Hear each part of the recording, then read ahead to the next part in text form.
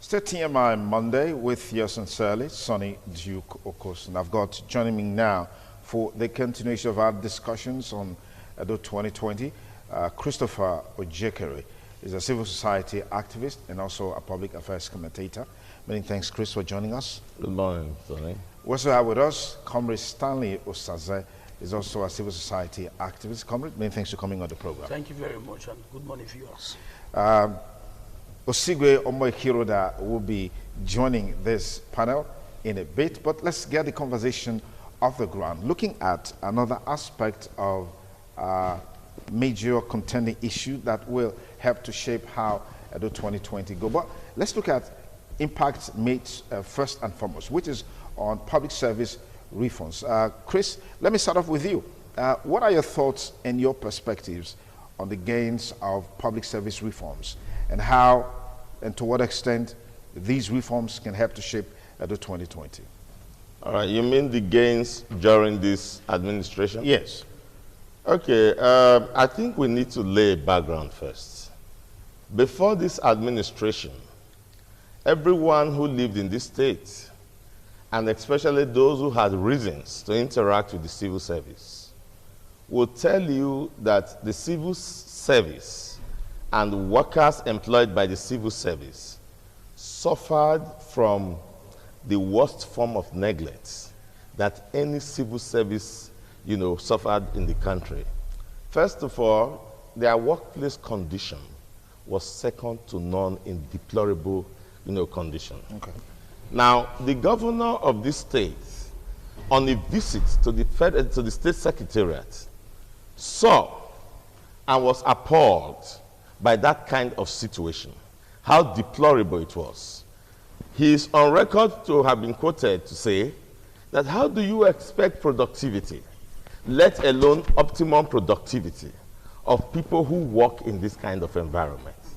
And so he went back home and decided that he was going to embark on the civil service reforms, which later gave rise to some very impeccable, reforms that are second to none with respect to civil service, delivery. We must make the point that the civil service is the implementation arm of government. And so if you have people working there in a miserable condition, you are likely going to have sharp practices by the workers. They are going to be suffering from lack of self-confidence and diffidence. And this was the situation before Obaseki came on board. So what did he do? He decided to do reforms. He started with infrastructural reforms. Now, he replaced those old analog, unworkable, disused systems with new worker-friendly systems. He started to restructure existing buildings and create for them an ambience, a work condition and a work environment that will give them the ability to be able to deliver. He has completed, as we speak right now, two very important arms of structures of the civil service that have been there since the days of Ogbomudia. The Block C and Block D arm of the State Secretariat has been completed right now. I don't know if you visited it. It's state of the art. It's second to none. The Federal Secretariat in Abuja, where I worked for a very long time, cannot boast of a better structure than that. But as I heard one of your guests say when he was here, infrastructure is not enough. So what did the government do with respect to manpower development or reforms? In the civil service as we speak today, go there. You'll be surprised at the quality of presentation and the quality of awareness and competence that those civil servants display. And what was responsible for that? Trainings and retrainings. Manpower development, capacity building within the service. Okay. It is the first time in the States, as I speak to you right now, that a civil service academy is almost completed, where you are now going to have a permanent structure and institution that will be training Edo civil service. Now, beyond that, the civil service before now, which involved both the retirees and those who are in government, I am quoting from a public document, and I'm going to name names because they put their names there. Mrs. Irene Osa told us that before now, as retirees, pensioners, they became nicknamed in Edo State as IDP camp, because every month they left their villages and houses and came to Benin on the streets of Benin uncatered for by anybody. And so they were like refugees after putting in 35 years of service to their fatherland. Now, another what they call witness, I will quote, is John Ogumbo. John said they had two uniforms. Wednesdays they wore black to express their mournful condition. And then on Thursdays they wore red. People started calling them Ayelala because of red that they wore every Thursday. Today, our retired, aged fathers and mothers are living happily in this state.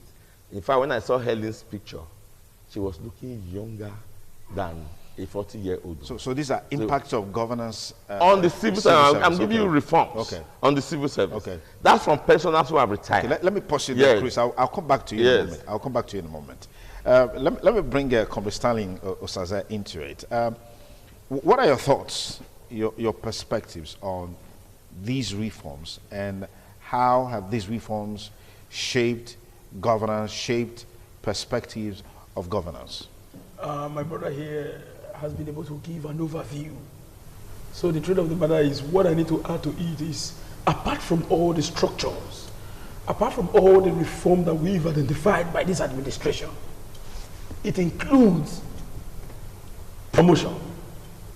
We know what was obtainable in the past. How many of Edo workers can boast of promotion? And let me tell you the simple truth. If you want to achieve optimum performance, there is need for an incentive that will encourage the worker to do more. As we speak today, those who are due for promotions are getting it as at when due. Those who need to receive their salaries are getting it as at when due. Now, if you watch, I organized under the aegis of Edo Diaspora Connect Worldwide, we did a rally. Pensioners came up publicly to speak in respect to what they have achieved. A man said, Mr. Aliu, he said, when I was about rounding up from the service, I was already jittery. I was afraid. I believed that as soon as I complete my service, I'm going to pass through the rigorous process of registration and authentication before I can get my money. But I was shocked. On the 24th of the following month, I received an alert as a pensioner. We all knew what was obtainable in the past and what is currently happening today in Edo State. I am glad that there is a public awakening. The reason why we are now pushing ourselves into this kind of discussion is because of the fact that some of us will never want agents of darkness to take an advantage of the democratic infrastructure in Edo State to perpetuate evil. The beautiful part of it is that Obaseki has been able to create a sustainable template that every other successive administration in the future after its 8 years must certainly follow. Transmit us to play down on names. I just want us to stay on the issues and stay on the focus of the discussion. Absolutely. So when it comes to the issue of the civil service, there is no need for more repetition. My brother has been able to give an holistic view, and I am saying, and I am consolidating on that fact that this man, to be candid with you, is a godsend.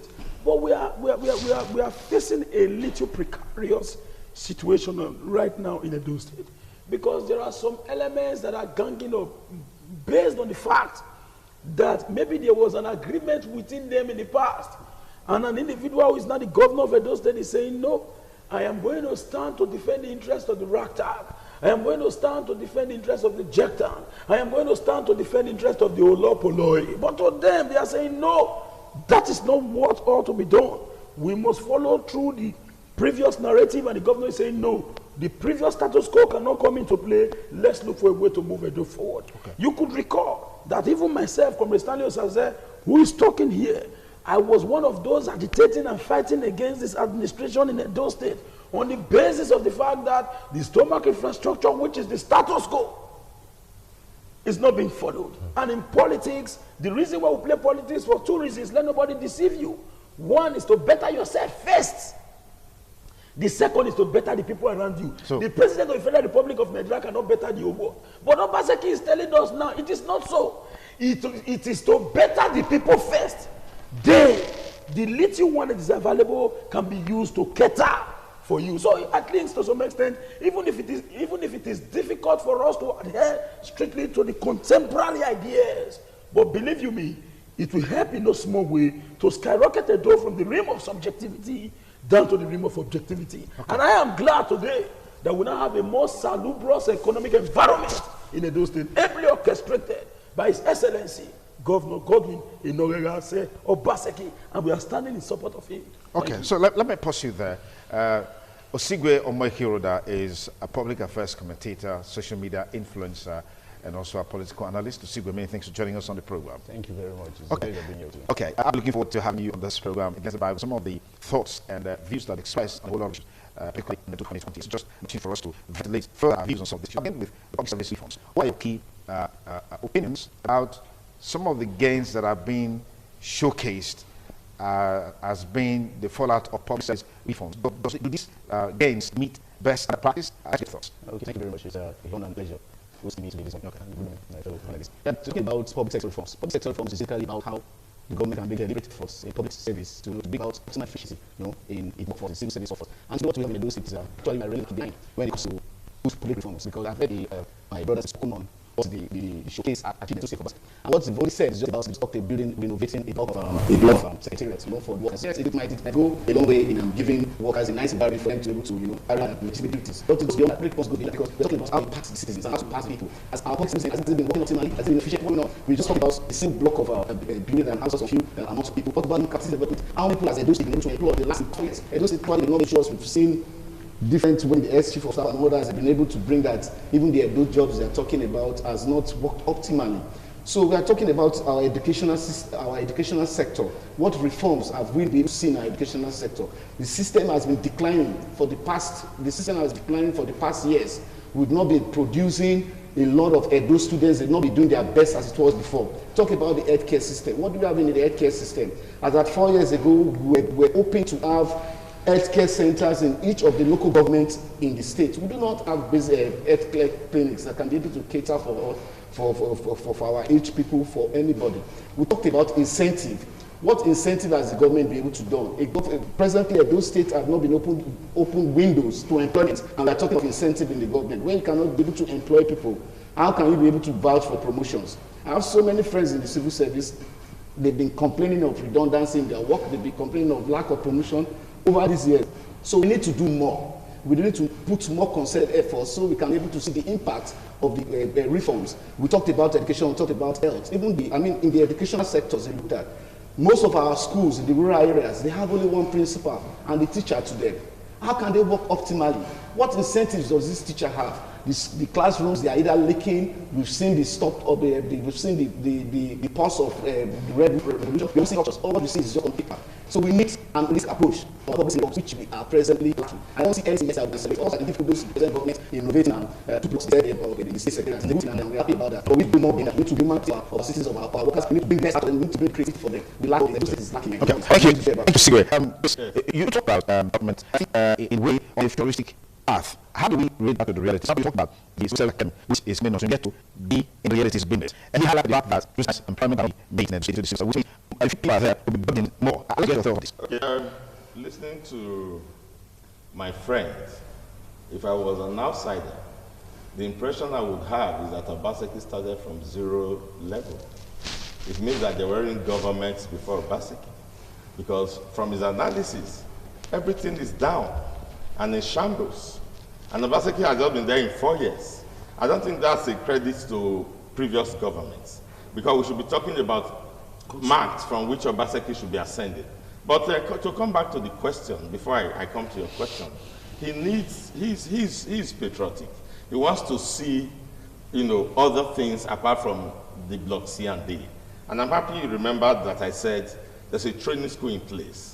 Now, before the school, which is the physical infrastructure to signal the institution of training, I said they have been training within the civil service, and it has improved the quality of competence and deliverables of our civil servants. He may not be aware of that. Now, I want to assure you that there was employment. I was reading again from, I think his name is Greg Joe Iboi Omokodio, who was congratulating the Edo State government for employing 20 physically challenged. He is actually the Edo State coordinator of the National Council of the Physically Challenged. 20 physically challenged into the Edo Civil Service recently. That is unprecedented. It is on record that this government has the highest number of female permanent secretaries in government today, gender balance, beyond the affirmative action. We have about 40% of female, in fact, the highest number anywhere in any civil service in the country. 40, the highest number of permanent secretaries in the civil service today. Now, beyond that also, as he wanted to know, the government has taken care of the civil service welfare. We used to run an analog form of pension retiree benefit system, and that is why pensioners were dying. What did the government do at first? He migrated them into the contribution pension fund, which is obtainable all over the world. And today, while you are working, your pension is running. When you retire, you go with ease to the bank and begin to draw on your pension. That is a reform in the civil service. Now, he spoke about salary. Nobody should say that is not a reform, because I was a civil servant and I know the importance of salary coming as at when due. 24th of every month, those civil servants are earning salaries. Now, within that same civil service scheme, between 1996 and 2020, Edo has cleared a backlog of pension and gratuity to the tune of 4.3 billion. And then, on a monthly basis, 13,081 pensioners received 25 billion, over 25 billion, between 2016 when Obaseki came and 2020. Now, these are ongoing reforms. For a man who has been there for 4 years, you can begin to imagine if we had government for 8 years and government for another 8 years before then, if they have set in place templates, Ihidora won't be saying that now. We'll be talking about sending our civil servants abroad for internship and all of that. So reforms are going on in the civil service, and it's been going on, and the school, as you said, is futuristic. And that is what I like about the Obaseki regime.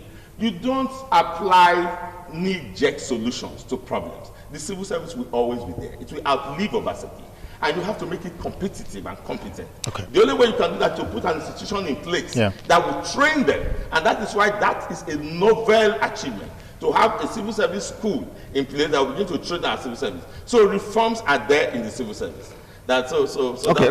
Thank you. Let me just key you into this line. How justifiable is the fact that we have 2 blocks of buildings renovated in the secretariat, and we christen that as a gain of democracy? And then we know that the civil servants, they are not restricted only to Benin City. Have these been replicated in the other 18 or let's say 15 local government areas in Edo State? But first of all, we have to correct the impression. 2 block. These things are there. We can see for ourselves. Is it 2 block? The truth of the matter is, let us not be partisans when analyzing issues that borders on public concern. As far as we are concerned, Governor Obaseki has not even completed 4 years. But I can assure you that the development, there is no time for earmark. There is time for earmark. Go there, they are available everywhere. You do not even need transportation. We can make our vehicle available. If my brother is willing, after now, we'll just move here, and I know he drove down to this place. Let's go on comfort. Let's visit this general project around, apart from the physical infrastructure. He talked about the training and retraining, which is available. The academy is there, and many others. Now, do you expect Obaseki to achieve all this within a twinkle of an eye? Let me just tell us all the truth. If Obaseki were not a focused man, there is no way he would have achieved all this, because he's been fought from all dimensions. Let's take a classical example. I might plan to go to ITV this morning to do what I'm supposed to do. If there is a conflict coming out from my residents, I will first of all solve that first before coming to ITV, which will distract me. But despite all this upheaval, the governor remains focused. He is still working in line with the development that he promised Edo people. Now let me respond to my brother directly. He talks about employment. I think we really need to understand what it means for government to create employment. Now, the government of Edo State has created an enabling environment for job creation to strive. President Donald Trump of America, Angela Merkel, or any other world leader cannot assure the citizen of creating employment that will accommodate the whole of them. It is the ability for the government to create an enabling environment for private sector to strive that makes employment generation to grow. Now, what is employment? We have what we call direct and indirect employment. All is tagged employment. A classical example is the CFO office in Edo State. Do you know how many unofficial consultants that is working in that particular consortium, apart from those employed directly? As of today, there are people who are most concerned in doing CFO, whereas in the past, you need 700,000, 1.5 million naira to be able to have access to certificate of occupancy in Edo State. But as of today, the administration of government has been able to reduce it to the barest minimum, that even a woman that is selling a pure water can have access to CFO. Do you know how many CFOs are holding comrade? Stanley has done for so many persons. At the end of the day, they will say, comrade, take this 10,000, comrade, take this 50,000, comrade, take this 100,000. So that's employment for you? That is an indirect employment for me. Okay. Now let's look at the civil service and the direct employment created by this government. He has just cited an example of 20 fiscally challenged. My friend Mr. Osiki, Daniel Mayer, Honorable Roland Osarume say, how many more? They are working in various ministries, like the Ministry of Town Planning, EDPA. Go and check. It is spread around all nooks and crannies. Now let's liken the employment generation of this administration with the employment generation of the Adams Social Administration, which happens to be APC administration in Edo State. Forget the fact that just recently we witnessed a little turnaround in the political template. Oh, okay. But now that some group of persons are coming together, let us analyze on the basis of employment. How many employment did Adam Oshomole create? The only employment he created was Edo, yes. And it disbanded there immediately he's leaving office. But now check the traffic, the well-organized traffic system placed on ground by the Edo State government. Now beyond that, the Osoma power plant is there. For those who are disputing it, I'm coming, sir. Yeah, the traffic that you just mentioned, yes. Is it a permanent job or is it a temporary job? Good. For now, with what we know, it is a permanent job. By the power of our ubiquitous God, all of us need to really come together to rally around this government. The reason is this.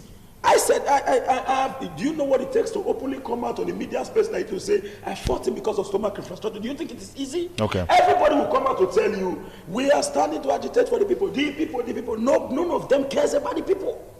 I said it publicly. I said that we all who fought, we are fighting for ourselves first before the people. Okay, let me pause. Let me pause just a minute. Let me pause there. I'll come back to you. Okay. I'll come back to you in a moment.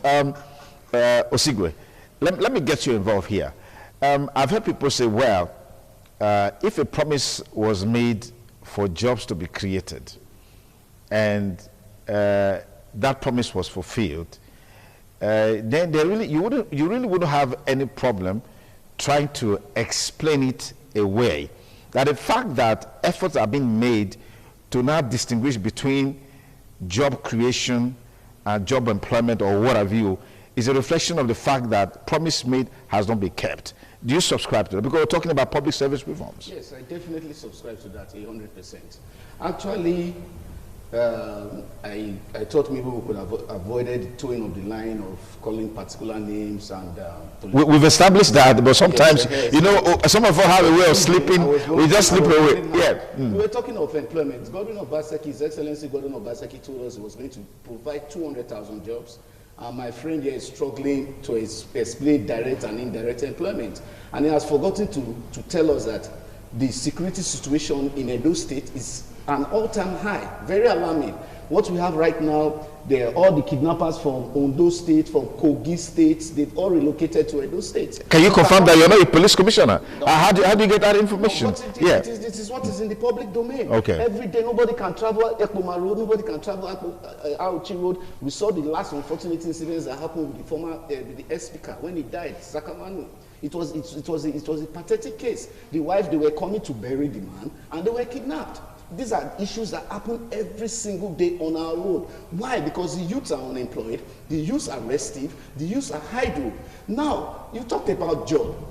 Obaseki that promised 200,000 jobs Today our prisons are filled with traders, with street, because they trade on the street or because they float one or two, whatever. They take them to mobile courts and they dump them in Oko prison. There was a case of a recent woman that was taken with her child. She just gave birth less than 2 weeks, and she wanted to trade on the road because she had no space in the market space. They put this woman and her child in the prison. We had to rally money to bring that woman out, and now you're talking of employment. Because there have been no direct employment on citizens of Edo State, we've seen the effect of that, which has brought rise in crime.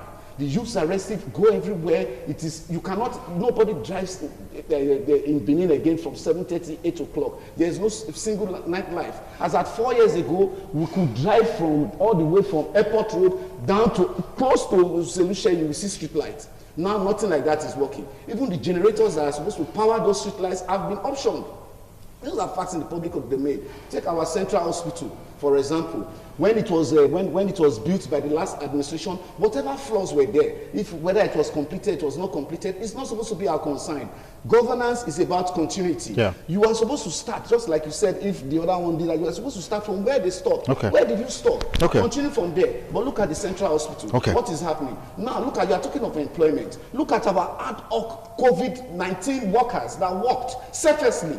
For 3 months, they were not paid, and they just woke up one day to discharge them from their duties. They told them to go home. They went after protesting.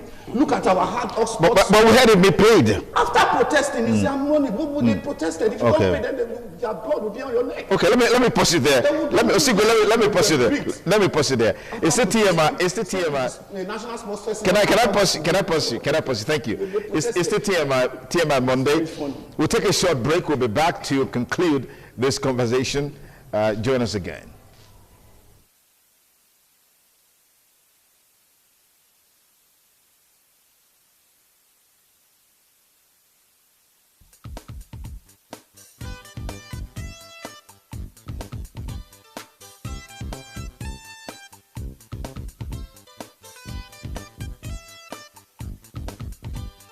On the last lap of TMI Monday, with your sincerely, Sonny Duke Okosun State, looking at governance impact and civil service reforms and Edo 2020. I'm joined by Osigwe Omoihiroda. Many thanks for joining us on the program.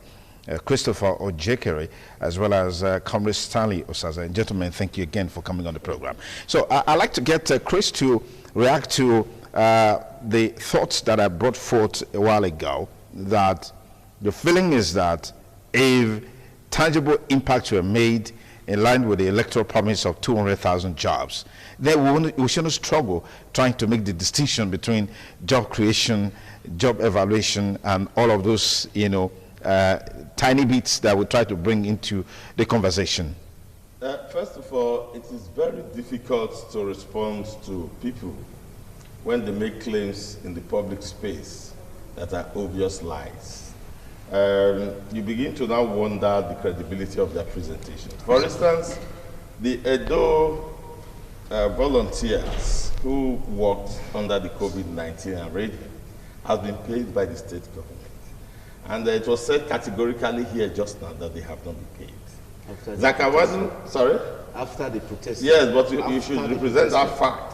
No, because facts are sacred, and we're talking to the public. You are and okay, hold on. Why hold on. Okay, all right. Now let's take it one at a time. Let's just be calm. Yeah. And the Zakawanu Garuba's wife was kidnapped between Kogi State and Edo State. And those facts should be in the public domain. Which state is between Kogi State and Okay, now, Osigwe, just hold on. We take it at a time so we don't make it rowdy. All right. When you were talking, when you were on, nobody interjected. All right. So just be calm, be patient. Yeah, Chris. So she wasn't kidnapped in Edo State. Okay. She was kidnapped on her way to Edo State from Kogi State. Now let's leave that. I can understand it. When people have lived in an analog age for very long, the resistance to reform. And that is why, when the governor makes the statement to provide jobs, the only interpretation is that you are going to fill the civil service with these hordes and hundreds of graduates that are coming out from schools who are from Edo State. Where in the world is that done? How many times have the federal government, employed people into the civil service? It is counterproductive, it is neither acceptable, nor is it productive. The point is all over the world. Go and look at economies that have grown.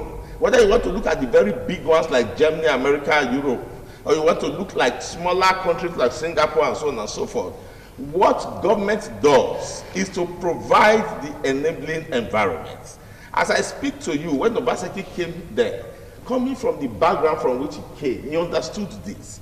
And he understood that the civil service just doesn't have the capacity to absorb these hundreds of graduates, especially young ones, the army of the society and the future of the society.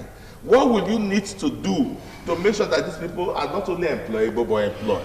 He started the Edo, skills development agency, which we call the Edo Jobs. Under the Edo Jobs, you have the Edo Innovatives. Edo Innovatives, as I speak to you now, go and check the records, has trained over 22,000 Edo young ones. Google and Facebook were employed to give trainings to these young ones so that they will become technologically savvy, because we have a technology economy and it's a technology future. These young ones have to be trained. They are trained. We have over 22,000 entrepreneurs trained across the 18 local government areas in Edo State. I'm telling you of 22,000 young entrepreneurs trained in all sorts of skills. Now the point is, people don't do research and they just come and begin to say these things are not there. You don't have to employ people into the civil service before you do that. Jobs are going on.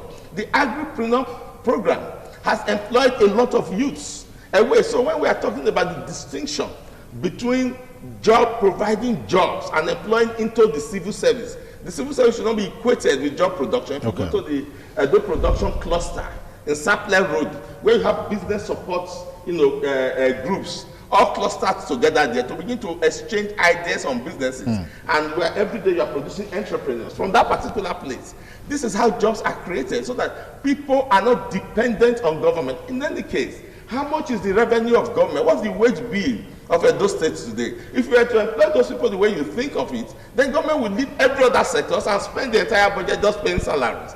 And what will the people be doing? They'll be redundant. You employ people to work, you don't employ them to be redundant. That has been the norm. We should begin to receive the reforms.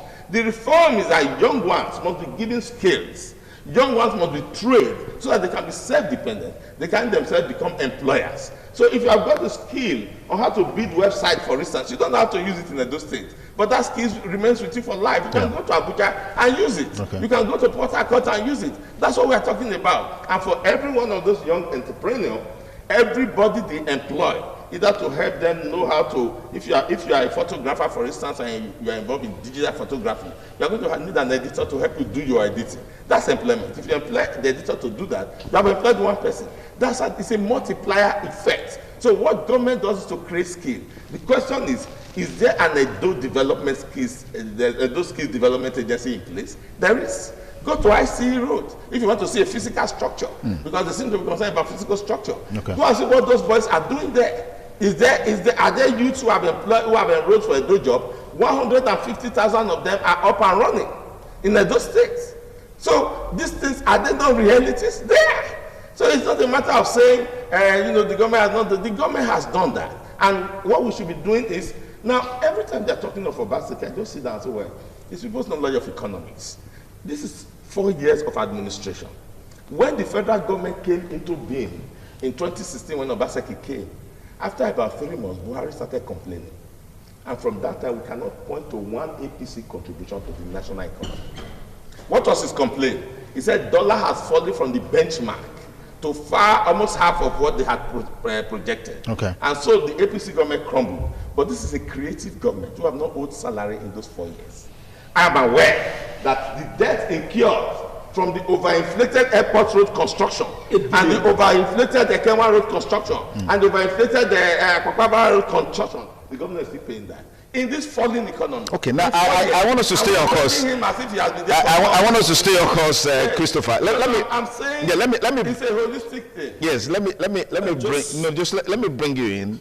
I know where I want to bring you in. Because I wanted to respond. I want to bring you because he has already made response to some of those issues. Talking about employment generation, employment, job creation, like we've talked about in the last couple of minutes. What are your thoughts in terms of public response, public knowledge, public awareness of the level of job creation, employment creation as has been promised ab initio? The public are aware. It's just that some selected politicians who have ganged up into a single hole are launching more of propaganda to discredit a working government in Edo State. But the truth is, every citizen of the state knows what is right and what is wrong. And we are told, the question I still continue to ask is, who do you want to take over from Obaseki? Is it the same person that we are told was not given an opportunity to hold a single office? Who told you? Adam Oshomole told us. Well, we said a while ago. So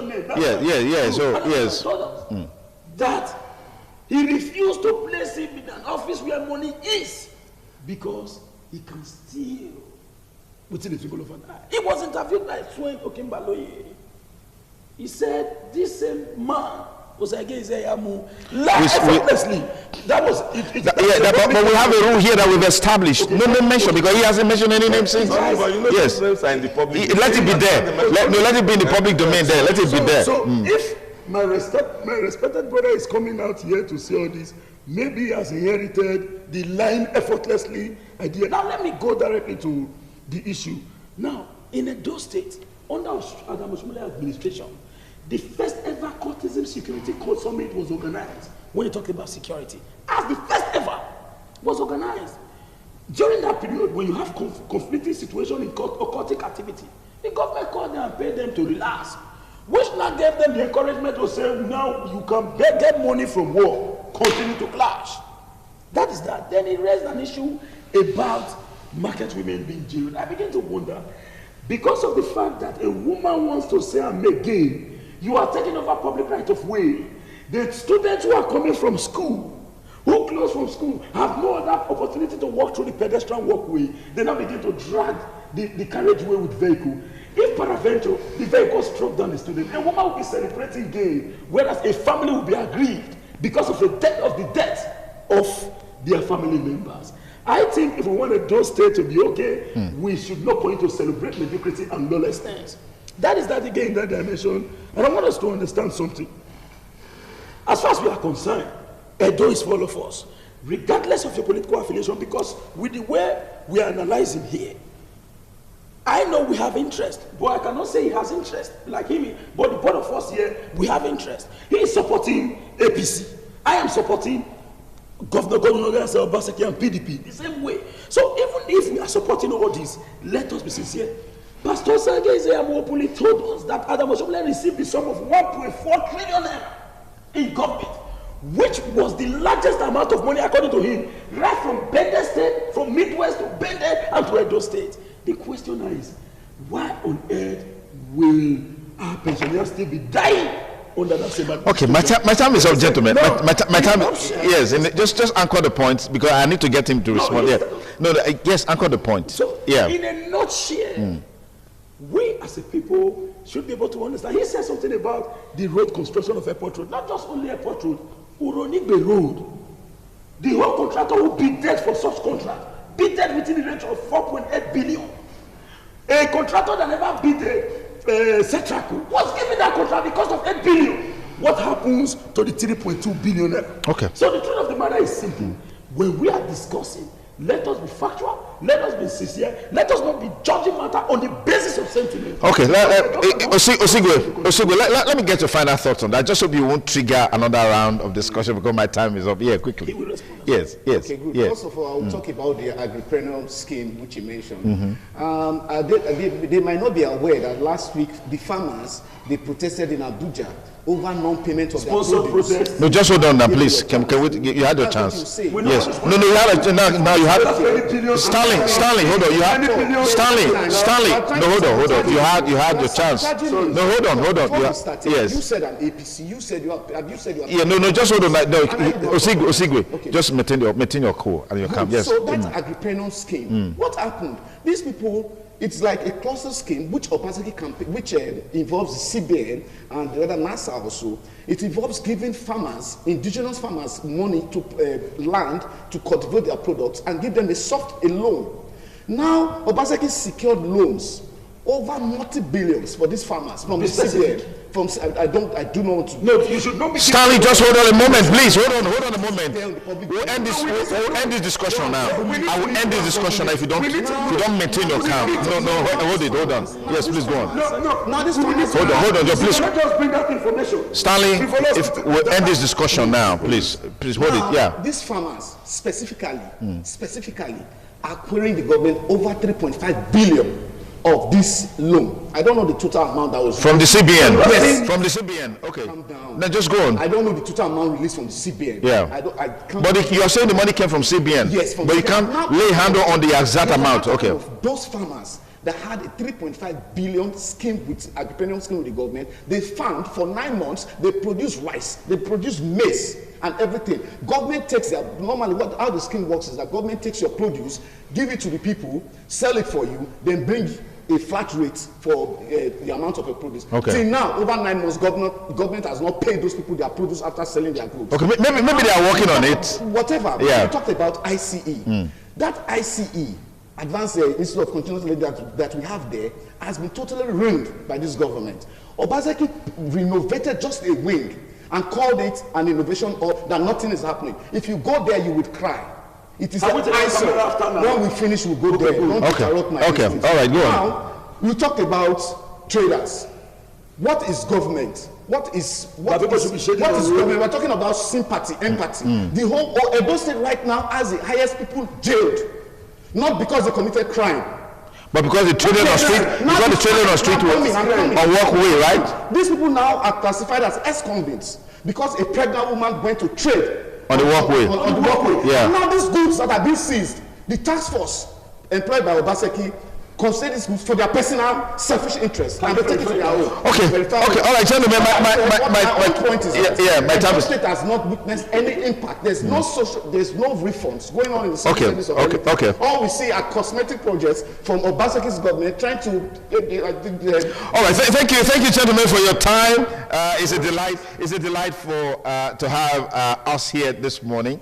But we just need to show to the people that we all have Edo State at heart. And no hard feelings. Can we have those handshakes? Okay. No, the COVID handshake. That's it. Thank you, gentlemen. Thank you. That's our package for today on TMI. We hope you had a great time. This just to let you know that we are one. We belong to the same family, which is Edo State. We have a common interest, which is to make Edo State the best. But we may have different perspectives. You have a right to do that. You have a right to your perspective or your views on how you think Edo State would be best, will make a great state. But no violence, that's what we don't want to encourage. And also big thanks to you for staying with us, and big thanks to all our crew members for making the show a huge success. My name is Sonny Duke Okosun. Have a great week ahead. Bye for now.